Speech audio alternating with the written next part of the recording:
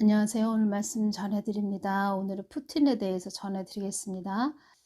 제가 바쁜 일이 있기 때문에 개인적으로 바쁜 일이 있어서 참 요즘 금식하기가 참 어려웠는데 금식을 하라고 또 주셔서 지금 금식을 하고 있습니다. 늘 깨어서 나라를 위해서 기도해 주시기를 바랍니다. 금식하는 게 이제 점점 어려워지는 걸 제가 느낍니다. 그런데 나라에 중요한 일이 있기 때문에 금식 기도하라고 하시는 것 같습니다.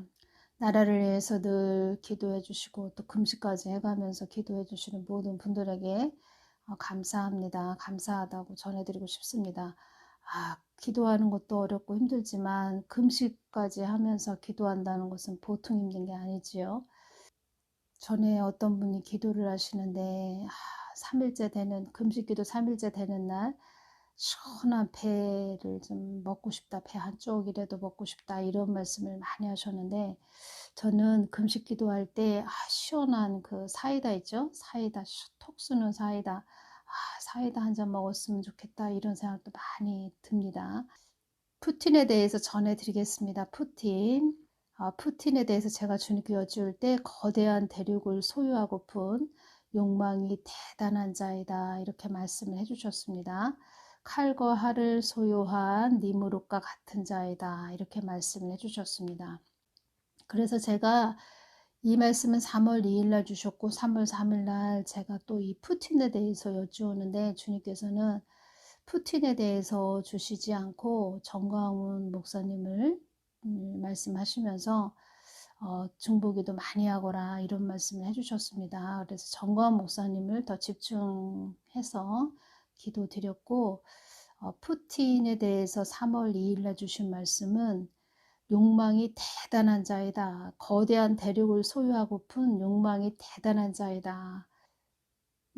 러시아에서 푸틴이 우상화되어 있죠. 북한 김정은이나 중국 시진핑이나 다 같은 과들입니다. 그런데 이 푸틴 속에는 엄청난 그 욕망이 들어있다는 것입니다. 정복자, 독재자죠. 완전히 독재자입니다.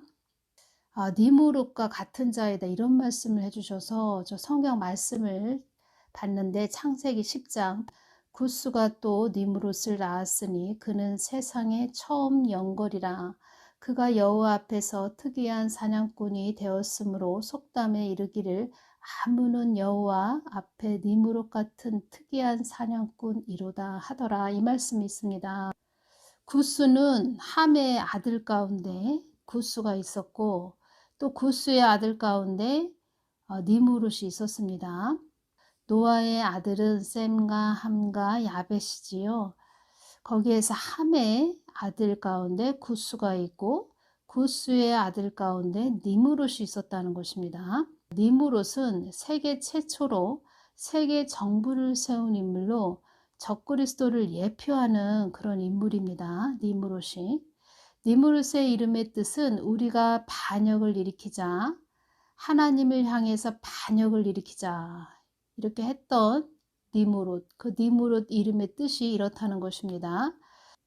처음 영걸이라 이 말씀이지요. 8절에 보면은 정치적, 군사적 권세를 가진 독재자를 의미합니다. 전 세계를 흔드는 독재자. 전 세계를 흔드는 독재자 하니까 히틀러가 생각나네요. 마지막 때에는 주님께서 이런 말씀도 해주셨습니다. 마지막 때에는 히틀러 같은 그런 자가 세워질 것이다. 이런 말씀도 하셨습니다. 제가 또 기도하면서 푸틴에 대해서 이렇게 느껴지는 건 뭐냐면 타작기계로 사용하는 그런 독재자, 타작기계, 마지막 때 타작기계로 사용하는 그런 자들, 그런 자들로 이어졌다는 것입니다. 연결이 됐다는 것입니다. 타작은 곡식의 나달을 줄기에서 떨어내어 거둔다 이런 뜻인데 지금 이 땅이 많이 무르익었다는 것입니다. 이 세상이 많이 무르익어서 인간 농사를 다 지은 그런 상태라는 것입니다. 이 땅이 많이 무르익었다는 것은 인간 농사를 지으신 하나님께서 이젠 추수해 가신다는 것입니다. 어떤 자들을 통해서 타작 기계들을 통해서. 그런데 그런 자들은 어떠한 자들이냐면 니무롯과 같은 자들, 독재자, 정복자. 그래서 앞으로 적그리스도가 나온다는 것입니다. 지금 이때는 환란으로 들어가기 직전이기 때문에, 지금은 마지막 때이기 때문에 환란으로 들어가기 직전이기 때문에 우리가 생각지 못한 그런 일들이 여기저기서 막 일어난다는 것입니다. 앞으로 더 우리가 생각지 못한 일들이 여기저기 팡팡 터질 것입니다. 그래서 심령 성전을 이루어라 이렇게 강조를 해드리는 것입니다. 9절에도 보면은 특이한 사냥꾼이로다 이 말씀이 있습니다. 특이한 사냥꾼은 정복자라는 뜻입니다. 제가 푸틴의 눈을 자세히 봤습니다. 유튜브상에 뭐 나오는 그 푸틴의 눈을 자세히 봤는데, 야, 어쩜 이렇게 눈이 날카로운 눈빛을 가리켜서 매의 눈이라는 이런 표현을 쓰는데, 매의 눈과 똑같다. 매의 눈을 가진 자이다. 제가 그것이 느껴졌고, 그리고 표범 같은 그런 느낌이 와 닿았습니다. 그래서 제가 사진들을 찾아봤는데, 그런 사진이 있더라고요. 푸틴 사진이 있고 바로 표범 사진이 있더라고요. 그렇게 표범처럼 생긴 날카로운 자죠. 우크라이나 뭐 병원, 유치원, 뭐 초등학교 뭐 이런 학교 건물들을 많이 파괴했다고 하죠. 제가 그런 부분에서 주님께서 전에 저에게 연결을 해주신 부분이 생각이 났습니다. 그 부분 좀 알려드리겠습니다.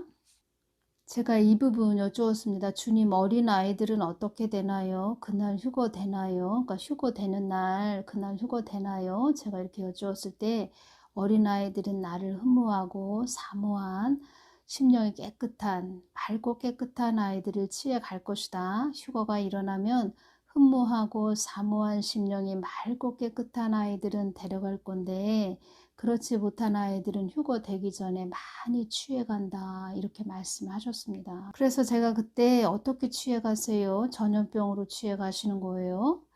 델타 변이 뭐 이런 것으로 전염병으로 해서 취해가시는 것인가요? 제가 이렇게 말씀드렸는데 이 땅에 환란이 일어나기 전에 많은 일들이 일어날 것이다. 지금 많은 일들이 일어나고 있지요. 누가 뭐 러시아하고 우크라이나 전쟁이 일어날 거라 생각을 했겠습니까? 천재지변은 지진, 홍수, 태풍, 자연 현상으로 일어나는 재난이나 이변 이런 뜻입니다.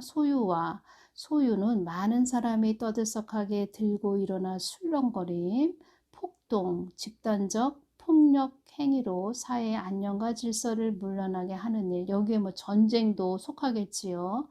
소유 사태가 여럿이 떠들썩하게 들고 일어나 술렁거리고 소란을 피워 공공질서를 어지럽히거나 위협하는 상황. 이것이 소유 사태인데 천재지변, 소유와 폭동, 소유 사태가 많이 일어난다. 이 말씀을 해주셨습니다. 전쟁도 속하죠. 이 부분에. 지금 러시아하고 우크라이나 그 전쟁을 보면서 많은 아이들이 사망하는 모습들, 많은 사람들이 사망하는 모습들, 이제는 하나님께서 추수해 가시는 그런 모습들이 저는 영적으로 보여졌다는 것입니다. 산자와 죽은 자가 갈리는 때가 오는 것이다. 썩은 동아줄을 잡고 있었던 자와 나 예수의 생명의 동아줄을 잡고 있지 못한 자들은 환란에 넘어지는 것이다. 썩은 동아줄을 잡고 있었던 자들은 환란에 다 넘어지는 것이다. 환란이 임한다는 것은 사망 권세들이 너희들을 향해서 달려온다는 것이다. 그것이 환란이다. 많은 자들이 나의 때를 기다리고 사모하지만 본인 자신도 나와 연결이 되어 있는지 모르는 자들도 많다. 나와 진정으로 연결되어 있는 것인지 모르는 자들도 많다. 나를 사모하는 마음은 깊고 깊지만 진정한 나의 마음을 구하지 않는 자들도 많다. 사망 권세들이 왕노릇하는 그때가 가까이 다가오고 있다. 어둠의 권세들이 너희들을 사로잡지 않게 정신을 바짝 차려야 하는 중요한 때이다. 그러시면서 이 말씀하셨습니다. 나의 뜻을 난도질하는 자들은 큰 화가 임할 것이다.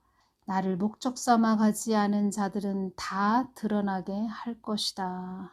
이 땅을 위해 너희들이 기도하는 것이 너희들의 몫이지 나의 뜻을 거스르게 한 자들은 이 부분에서 그 사람 정수리에 화살이 꽂히는 것을 보여주셨다는 것을 제가 말씀드렸죠.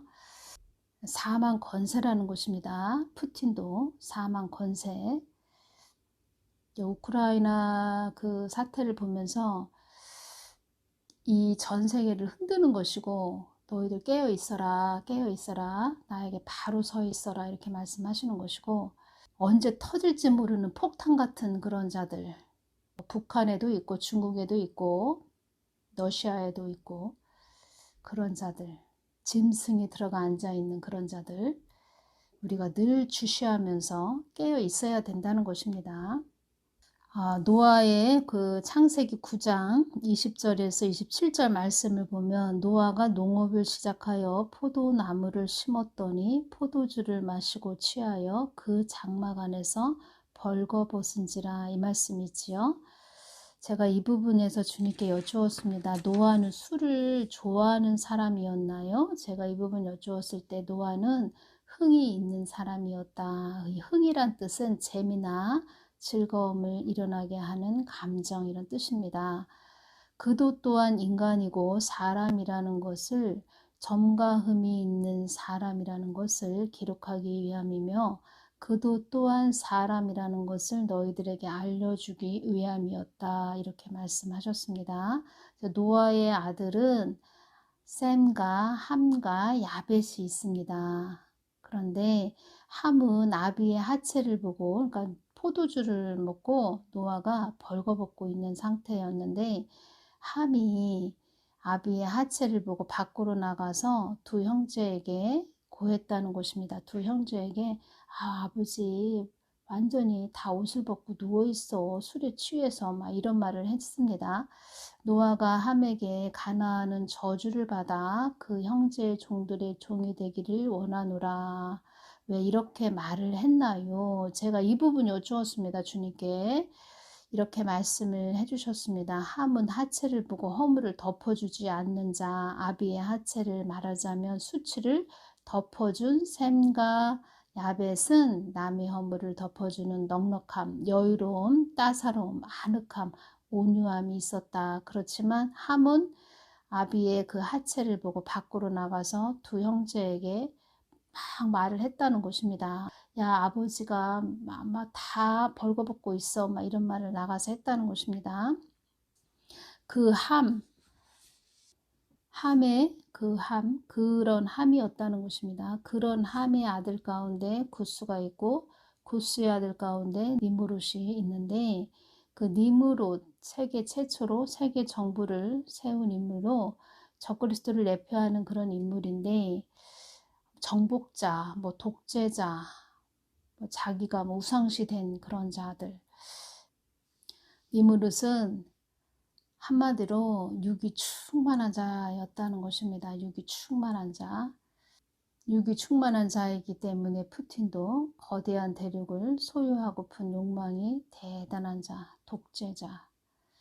큰 짐승에 들어가서 한마디로 그가 신적인 존재가 되고 러시아에서 우상시된 그런 자, 우월주의에 빠진 자, 그런 자들 우리가 늘 깨어서 그런 자들 주시하면서 조심해야 된다는 것입니다. 깨어 있어야 된다는 것입니다. 이런 자들 눈을 볼 때는 눈이 보통 눈이 아니구나 그것이 느껴집니다. 보통 눈을 가진 자는 아니구나. 보통 눈을 가진 그냥 우리와 같은 평범한 그런 자가 아니라는 걸 아셔야 됩니다. 우리가 똑같은 인간이다 이렇게 생각하면 안 된다는 것입니다. 그들 속에는 엄청난 짐승이 들어가 앉아 있다는 것입니다. 사망 권세들이 앉아 있다는 것입니다. 그 안에 또아리를 틀고 앉아 있다는 것입니다. 푸틴이 정신건강 뭐 정신이 이상하다는 그런 말들도 들리고 있는데 우리 한국에 있는 자도 정신이 좀 치매기가 있다 뭐 이상하다 정신이 오락가락한다 뭐 이런 말들도 있었죠. 그들의 머리에는 계산기가 수천 개가 들어있다는 것입니다. 늘 깨어 있어야 된다는 것입니다. 칼과 활을 소유한 니므롯과 같은 자 푸틴이라는 것입니다. 오늘은 여기서 마치겠습니다. 감사합니다.